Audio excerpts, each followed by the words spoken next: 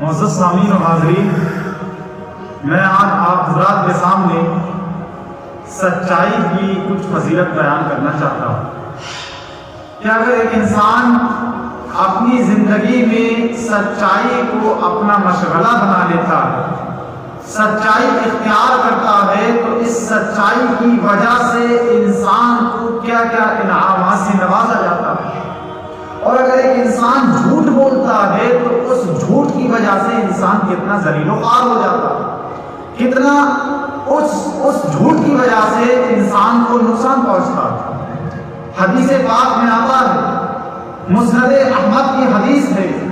نبی کریم صلی اللہ تعالی علیہ وسلم ارشاد فرماتے ہیں، الا ان الکذب یسود الوجه، کہ گواہ ہو جاؤ جھوٹ انسان کے لیے جہنم کی طرف لے جاتا ہے۔ یعنی جب ایک انسان جھوٹ بولتا ہے تو یہ جھوٹ انسان کے لیے جہنم میں لے جانے کا سبب بنتا ہے۔ تو ایک انسان کو جھوٹ سے بچنا چاہیے، کیونکہ یہ جھوٹ ایک ایسی چیز ہے جس کے بعد انسان جہنم میں داخل ہونے کا حقدار ہو جاتا ہے۔ معزز سامعین و حاضرین، ایک دوسری حدیث پاک کے اندر نبی کریم صلی اللہ تعالی علیہ وسلم ارشاد فرماتے ہیں کہ جب کوئی بھی بندہ جھوٹ بولتا ہے، جب بھی کوئی انسان ایسی بات کہتا ہے جو واقعے کے خلاف ہو، یعنی جھوٹ بولتا ہے، تو نبی کریم صلی اللہ تعالی علیہ وسلم ارشاد فرماتے ہیں کہ اس جھوٹ کی وجہ سے فرشتہ، رحمت کا فرشتہ اس شخص سے 1 میل دور چلا جاتا ہے۔ یعنی اس جھوٹ کی بدبو سے جو رحمت کا فرشتہ انسان کے پاس ہوتا ہے وہ دور بھاگ جاتا ہے، اور 1 میل دور بھاگ جاتا ہے۔ یہ جھوٹ ایک ایسی چیز ہے معزز سامعین و حاضرین، لیکن جن بزرگوں نے یا جن لوگوں نے اپنی زندگی کو نبی کریم صلی اللہ علیہ وسلم کی سیرت کے مطابق گزارا ہے، سچائی کو اپنا مشغلہ بنایا ہے، تو ایسے لوگوں کو اللہ رب العزت نے کامیابی سے نوازا۔ حضور غوث اعظم رضی اللہ تعالی عنہ کے بچپن کا مجھے واقعہ یاد آ رہا۔ صاحب بہجت الاسرار لکھتے ہیں کہ حضرت غوث اعظم رضی اللہ تعالی عنہ کے کم سنی کا زمانہ ہے، بچپن کا زمانہ ہے، علم کی خاطر قافلے والوں کے ساتھ روانہ ہونے کا ارادہ کر رہے ہیں۔ اپنی والدہ کی خدمت میں عرض کرتے ہیں کہ اماں جان، میں علم حاصل کرنا چاہتا ہوں، میں تحصیل علم کے لیے کسی دوسری جگہ جانا چاہتا ہوں۔ والدہ اجازت دے دیتی ہیں اور کچھ اشرفیاں آپ کی صدری کے اندر سل دیتی ہیں اور کہتی ہیں کہ بیٹا، کیسا ہی وقت آ جائے، کتنی ہی مصیبت آ جائے، جھوٹ مت بولنا، چاہے کیسا بھی وقت آ جائے، سچائی کے دامن کو تھامے رہنا، جھوٹ کے قریب مت جانا، اللہ تمہاری مدد کرے گا۔ حضرت غوث اعظم کے بچپن کا زمانہ تھا، بچپنا تھا، سفر قافلے والوں کے ساتھ سفر پر چل دیتے ہیں، راستے میں ڈاکو قافلے پر حملہ کر دیتے ہیں اور سارے قافلے والوں کو لوٹ لیتے ہیں۔ لیکن چونکہ حضور غوث اعظم رضی اللہ تعالیٰ عنہ کے پاس جو اشرفیاں تھیں جو گھڑی میں سلی ہوئی تھی، چوروں نے کافی تلاشی لی لیکن ان کے پاس کچھ بھی نہیں پائی۔ تو ایک چور حضور غوث اعظم رضی اللہ تعالیٰ عنہ سے پوچھنے لگا کہ اے بچے، تیرے پاس کچھ نہیں ہے، تو اپنے گھر سے کچھ نہیں لے کر آیا، خالی چلا آیا۔ حضور غوث اعظم رضی اللہ تعالیٰ عنہ نے فرمایا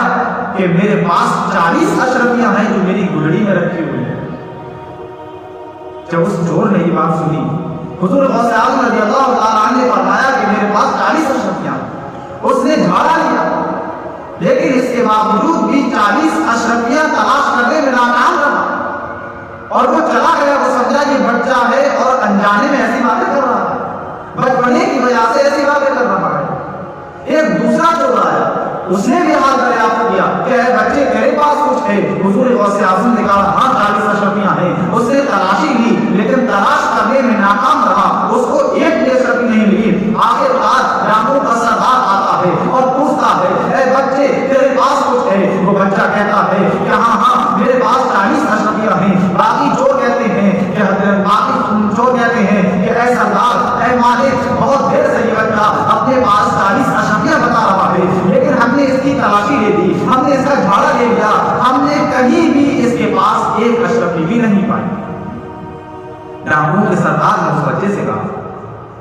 کہ بیٹا بتاؤ وہ 40 اشرفیاں کہاں ہیں؟ کیونکہ ڈاکو بسادار یہ سمجھ رہا تھا کہ یہ بچہ مذاق کر رہا ہے یا پھر بچپنے کی وجہ سے یہ بیٹھی بیٹھی باتیں کر رہا ہے، جیسا کہ ایک چھوٹا بچہ انجانے جیسی باتیں کرتا ہے۔ تو حضور غوث اعظم رضی اللہ تعالیٰ عنہ سے اس نے ڈاکو نے پوچھا، اس سردار نے پوچھا کہ وہ 40 اشرفیاں کہاں ہیں؟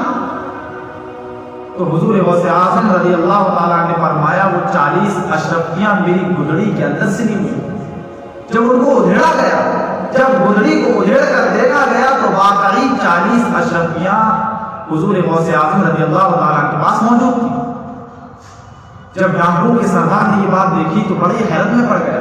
اور کہنے لگا ہے بچے جب تیرا راز چھپا ہوا تھا ہم نے تلاشی لے لی تھی تو تجھے اپنا راز کھولنے کی کیا ضرورت ہے؟ حضور غوث اعظم رضی اللہ تعالیٰ نے فرمایا بات تو ٹھیک ہے، میں چاہتا تو چھپا سکتا تھا، لیکن جب میں اپنے گھر سے روانہ ہو رہا تھا تو میری والدہ نے یہ نصیحت کی تھی کہ بیٹے چاہے کتنی بھی مصیبت کا وقت آ جائے، کتنی بھی پریشانی کا وقت آ جائے، کبھی بھی جھوٹ نہ بولنا۔ اسی وجہ سے میرے پاس پریشانی آئی، مصیبت آئی، میں نے سچائی کے دامن کو نہیں چھوڑا، اپنی والدہ کی کہی ہوئی بات کی نافرمانی نہیں۔ ڈاکو کے سردار نے جب یہ بات سنی کہ یہ بچہ اتنا چھوٹا ہے اور اتنا سچ بول رہا ہے اور اپنی ماں کی نصیحت پر اتنا عمل کر رہا ہے، تو اس بچے نے اس ڈاکو کے سردار نے کہا کہ بچے تو بہت سچا ہے، ہم توبہ کرتے ہیں اللہ سے، آج کے بعد ہم چوری نہیں کریں گے۔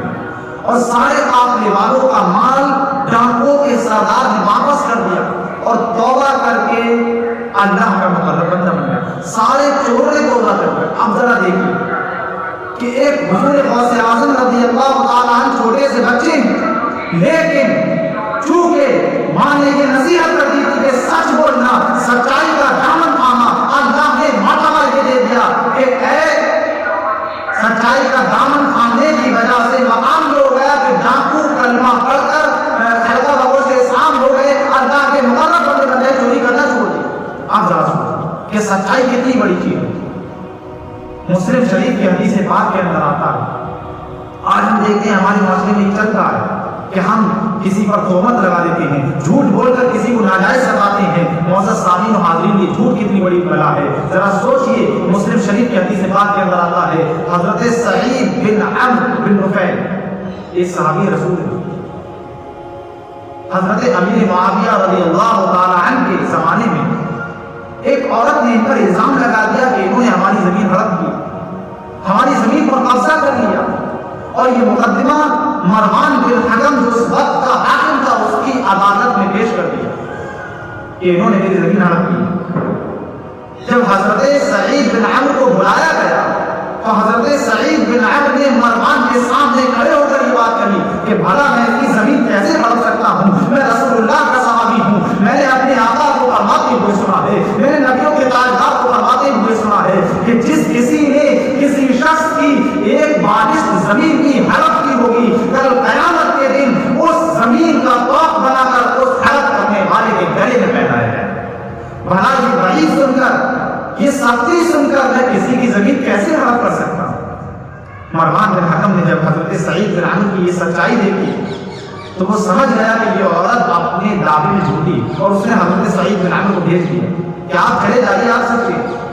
لیکن چونکہ جب ایک انسان کسی پر جھوٹ بول کر تہمت لگاتا ہے، جھوٹ بولتا ہے، تو دل پر ایک چوٹ لگتی ہے، ایک تکلیف ہوتی ہے، ایک آزاری ہوتی ہے۔ حضرت سعید بن عمرو چونکہ نبی کریم کے صحابی تھے، ایک اللہ کے مقرب بندے تھے، اور اس عورت نے آپ پر ناجائز تہمت لگائی، اس کی وجہ سے دل کو تکلیف ہوئی اور زبان سے یہ بھگوا نکل گئی کہ مالک و مولا، اگر یہ عورت نے واقعی مجھ پر جھوٹا الزام لگایا، واقعی یہ عورت اگر مجھ پر الزام لگا رہی ہے، میں نے ایسا نہیں کیا ہے، تو اے مالک و مولا تو اس عورت کو اسی زمین میں موت دے دے، اور اس عورت کو نابینا کر کے موت دے جس زمین کا یہ مجھ پر الزام لگا رہی ہے کہ میں نے ہڑپ کی ہے، اسی زمین میں اس عورت کو اندھا کر کے موت دے دے۔ حدیث پاک کے اندر آتا ہے کہ ایک وقت ایسا آیا کہ اس عورت کی آنکھ کی بینائی چلی گئی، آنکھ کی روشنی چلی گئی، اور وہ عورت رو رو کر یہ کہا کرتی تھی کہ میں نے سعید بن عمرو پر الزام لگایا تھا، اس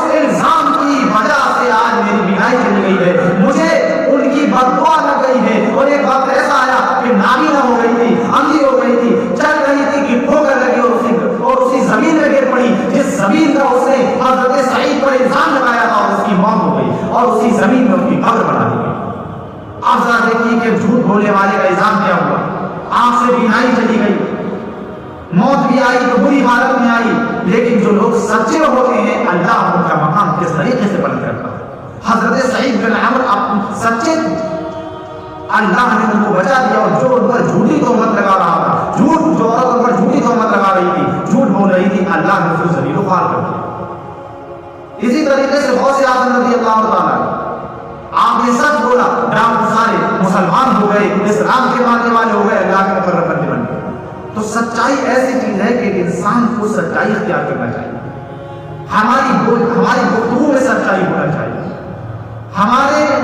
کسی بھی قول سے جھوٹ کی جھلکیاں نہ دکھنی چاہیے۔ ہم زندگی اس طریقے سے گزاریں کہ کبھی بھی ہماری زبان سے ایسی بات نہ نکلے جس سے کسی کا دل دکھے۔ نبی کریم صلی اللہ علیہ وسلم کی حدیث پاک ہے، من سکت فنجا، کہ جو شخص خاموش رہا وہ نجات پا گیا۔ اسی طریقے سے نبی کریم ارشاد فرماتے ہیں کہ انسان یا تو بولے تو اچھی بات بولے ورنہ خاموش رہے، جھوٹ نہ بولے، کیونکہ کل قیامت کے دن کتنے ہی لوگ ایسے ہوں گے جو اپنی زبان کی وجہ سے جہنم میں ڈال دیے جائیں، اپنی زبان کی وجہ سے جہنم میں ڈال دیے جائیں۔ تو ہمیں چاہیے کہ ہم کبھی بھی جھوٹ نہ بولیں، کسی کی غیبت نہ کریں، کسی کی چغلی نہ کریں، کسی کو ناجائز نہ ستائیں، بلکہ اپنی زندگی اسلام کے دائرے میں رہ کر گزاریں، اسلام سے محبت کر کے گزاریں، نبی کریم کی سیرت پڑھ کر کے گزاریں، نمازیں پنجگانہ پڑھ کر گزاریں۔ یہ اسلام سکھاتا ہے، یہ اسلام کی تعلیم ہے کہ ہماری زندگی میں سچائی دکھنا چاہیے، کیونکہ ہم اسلام کے ماننے والے، اسلام کی تعلیم پر عمل کرنے والے۔ کون نہیں جانتا کہ نبی کریم صلی اللہ علیہ وسلم نے جب نبوت کا اعلان نہیں کیا تھا، جب لوگوں کو یہ نہیں بتایا تھا کہ میں نبی ہوں، لیکن اس کے باوجود بھی اگرچہ کفار مکہ آپ کو نبی نہیں مانتے تھے، لیکن پورے کفار مکہ جتنے بھی مکے کے اندر کافر تھے، سب یہ بات مانتے تھے کہ یہ رسول ایسے رسول ہیں جھوٹ نہیں ہو سکتے۔ اسی وجہ سے جب کسی کو کوئی امانت رکھنا ہوتی تھی تو نبی کریم کے پاس رکھتا تھا، کیونکہ وہ جانتا تھا یہ سچے ہیں، یہ کبھی خیانت نہیں کریں گے۔ یہاں تک کہ جب نبی کریم نے لوگوں کو یہ نہیں بتایا تھا کہ میں نبی ہوں، اس وقت بھی لوگ آپ کو سچا مانا کرتے تھے، صادق کہا کرتے تھے، امین کہا کرتے تھے کہ آپ سچے ہیں، امانت دار ہیں۔ آپ ذرا سنیں، وہ لوگ جو آپ کو نبی نہیں مانتے تھے، ہر وقت آپ کی مخالفت پر تلے ہوئے تھے، وہ اس بات کو مانا کرتے تھے، مگر وہ اس بات کو تسلیم کیا کرتے تھے کہ نبی کریم سچے ہیں۔ اگرچہ آپ کو نبی نہیں مانتے تھے، لیکن آپ کی سچائی کو سارا مکہ تسلیم کرتا تھا کہ آپ سچے ہیں، کیونکہ کبھی بھی انہوں نے نبی کریم کو جھوٹ بولتے نہیں دیکھا، خیانت کرتے نہیں دیکھا، غصہ کرتے ہوئے نہیں دیکھا، بلکہ سب کے ساتھ نرمی سے پیش آتے۔ جب طائف کے بازار کے اندر